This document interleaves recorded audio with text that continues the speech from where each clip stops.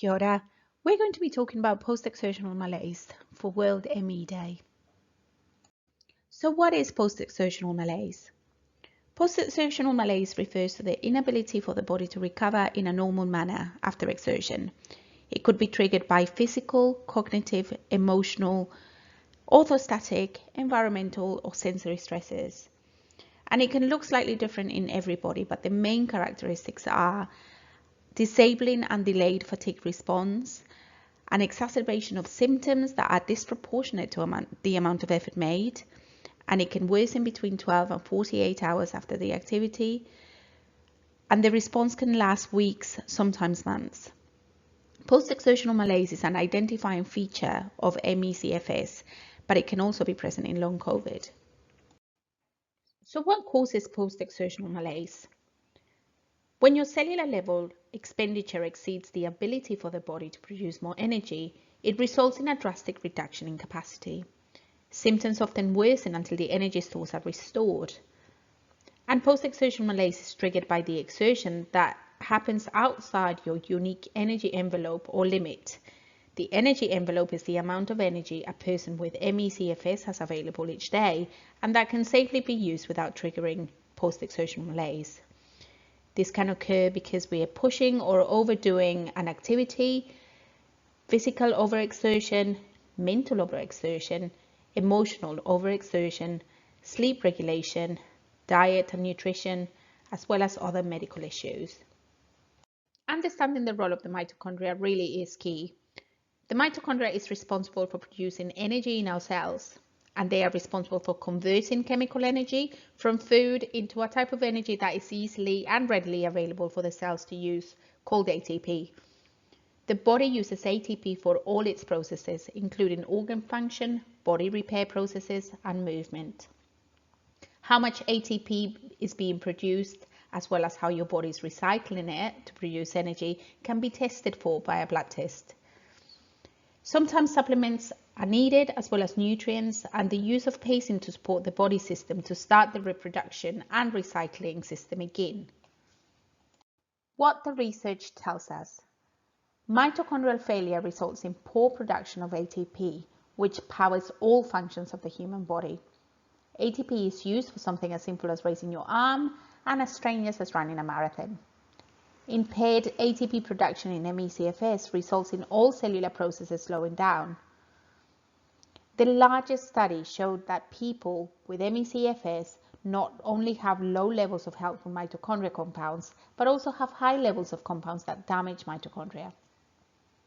These compounds are used to create or break down molecules and act to keep ATP flowing in the body, organs functioning correctly, body repair processes working, and so much more. The creation and the use of ATP plays a key role in the metabolism of these compounds. When they are not creating or breaking down molecules correctly, the mitochondria lack the fuel they need to produce ATP. This is why people with ME/CFS are unable to sustain activity, be it physical or cognitive, because the body simply isn't producing sufficient ATP energy to function. Why is it important that we understand post-exertional malaise and try and avoid it? It is important to understand that crashes harm the body. Repeated crash sequences, or the push-crash cycle, will threaten an individual's ability to return to their formal baseline function, worsen or expedite harmful disease processes, and hinder their recovery process. A push-crash cycle is when the individual pushes through post-exertional malaise, worsening their physical state, resulting in a crash. Further harm can occur when an individual pushes during the crash state, never allowing for true energy restoration. This is a repeated injury and insult to the body, which over time can have lasting consequences and decrease overall functional ability. Some of the most common symptoms that increase with post-exertional malaise include pain, sleep problems, brain fog or problems with concentration, processing information and memory, flu-like symptoms, sore throat, muscle pain, increased fatigue, muscle weakness, and increased insensitivity to noise, light and touch. Everyone is different, and you might need to work out what post-exertional malaise feels like for you. What can we do when we experience a crash? It is important to plan ahead before you experience the crash, and you can do this by alerting your emergency contacts, making sure that they have access to any health information they might need if they have to act on your behalf. Have everything you need prepared by your bedside. For example, things to make sure that your vitals are stable, bottled water or electrolyte drinks, food by your side that can be consumed in a variety of ways, and any medication at hand. Conserve energy by aggressively minimizing all activity and movement, and turn down any sensory and environmental stimulus. Maintain wellness, because it can be easy to fixate on what caused the crash or engage in self-blame, but this will not help your emotional, cognitive and physical energy recuperation. Instead, find ways to practice self-compassion and wellness to expedite your recovery. And finally, prevent the next crash. Be patient with yourself as you learn your thresholds, and don't beat yourself up if you go into a crash. That's why you have your pre-made crash care kit full of your essentials to help you through it. Management of symptoms to avoid post-exertional malaise. It is important to prioritize and recognize what's important to you. Find your energy envelope. You can use activity diaries to identify your patterns of fatigue and show clearly where you have taxed your energy resources. This is the push, and left you without anything left for further activity, which is the crash. Pacing can avoid the push-crash cycle. Pacing is a strategy designed to help people live within the energy envelope and minimize post-exertional malaise.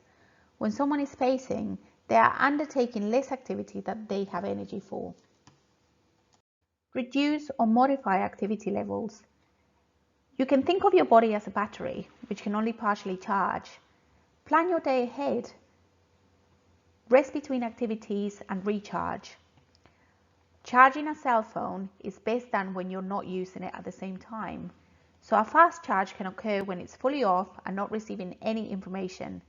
A fast charge of our battery to fill our energy envelope is likely to be when we're fully resting, minimizing all physical and mental activity, and in a low stimulus environment with minimal noise, light, and activity around us. Whilst a quick charge can happen through small meditation, body check-ins, and breathing exercises. Be realistic and flexible. Learning to manage the down days is important. Likewise, don't be tempted to overdo it on the days when you feel good. It's good to adjust your expectation, because on some days more rest is required than others. Being realistic and flexible is not helpful. Spread your tasks and activities over the day. Learn how to say no, modify a task, or invent a shortcut. You can also use technology. It's really important to prioritize something in your day or week that you love to do. Time spent with friends and family, attending social gatherings, doing crafts, taking a walk in nature, whatever gives you pleasure. Recognizing the activity as something worth preserving energy for is important. Here's some successful strategies to avoid post-exertional malaise. Learn your health patterns, find your causes, treat other medical conditions, build your support network, plan your day, pace yourself, give your body good nutrition, ensure appropriate sleep, maintain emotional health, and track your progress. Post-exertional malaise in people with long COVID. A recent study of people with long COVID found that all but one reported experiencing post-exertional malaise. When compared to people with ME/CFS, it was found that the most common trigger for both groups was low and medium physical or cognitive exertion. The long COVID participants who had been ill for less than a year experienced more triggers than the ME/CFS participants who had been ill for longer.